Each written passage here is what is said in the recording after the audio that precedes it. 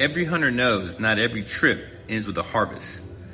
This weekend, I went out, placed my gear up, set up in the stand, and saw absolutely nothing. But here's the thing, even on an empty hunt, there's always something to learn. Let me take you through my setup, the hunt itself, and the takeaways I'm bringing into the next trip. Hey, what's up? This is Tanner from Backcountry Basics, One Nation Outdoors. I'm gonna go on an evening hunt. It was a little cooler today than it has been, so I'm actually gonna get out there this evening and see what I can see.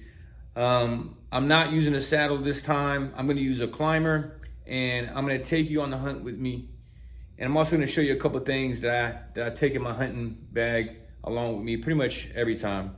So stay tuned. All right, I'm gonna give you a quick overview of some of the things that I keep in my hunting bag. First is a harness. This is a harness that I got from Amazon, nothing special. You just wanna make sure it's adjusted to you, make sure all the loose ends are tightened up. And then the part in the back is actually what is going to be attached to your tether line. And that's gonna keep you safe, because safety first. Next is a simple face mask and some gloves. Whatever face mask and gloves you like, whatever matches your camouflage. I'm going with the Bottomland tonight. Then it's important to have some limb cutters to get those limbs out your way. I'm going in there blind, so I don't have a particular tree or path cut out yet. I'll also bring some knives with me, of course. Some I keep on me, some I keep in the truck, just depending on if I'm able to harvest a deer at that time. Obviously, it's important to have those. Especially in this weather, because it's a little hot and you want to get that deer processed as soon as possible. Maybe some things people don't think about is some spare batteries, particularly for your headlamp. This headlamp doesn't take a battery, but I do have additional headlamp that I couldn't find that does take batteries. Last thing you want to do is get out there in the dark and your light dies on you. So I take some spare batteries, that way I'm not walking in the woods in the dark. Next, it's important to have some type of wind detectant. That could be pretty much anything, something as simple as grass.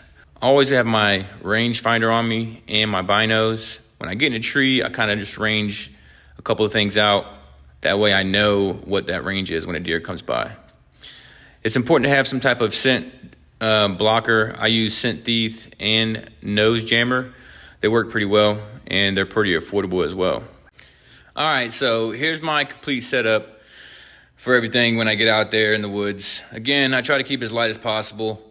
Obviously, it's going to get heavy, but it's important to remember the things that you absolutely have to have.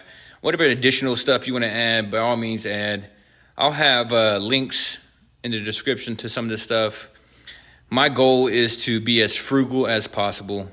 So I kind of piece this stuff together and get the things that I absolutely have to get out there in the woods, because you can't kill them on the couch.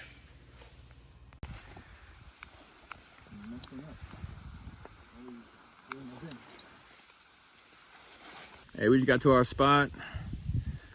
We got 3 with us. We got our areas picked out. Did a little map recon. We're gonna go into the woods and then split up and go to our spots.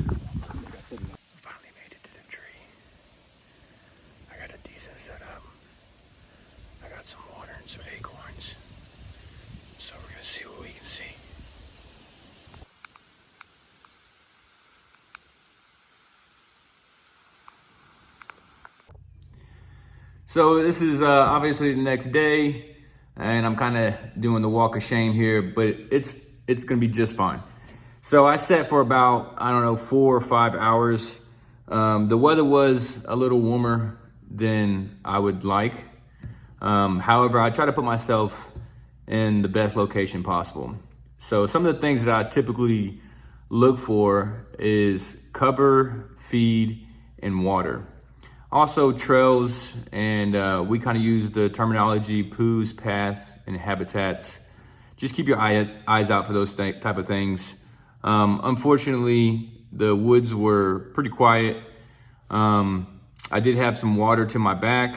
I was in a decently wooded area with some open spots, and they had acorns on the ground pretty much everywhere. So that's really all you can do, is just put yourself in those most likely locations that are going to see some animals. Again, not every hunt is going to fill the freezer, but don't let that be a discouragement, because every hunt builds on your experience. And just keep that in mind. It can be frustrating. However, again, just turn it into experience, lessons learned, right? So I'm interested in see if anybody's had a hunt like this, because obviously all hunts aren't successful. Drop a comment and just tell me what lessons you learned. Also, you've seen my gear. I'd like to know what kind of gear you're running, to get some ideas for myself and to share for the community. Most importantly though, get out in the woods. You can't kill them on the couch. This is Tanner from Backcountry Basics, turning curiosity into capability.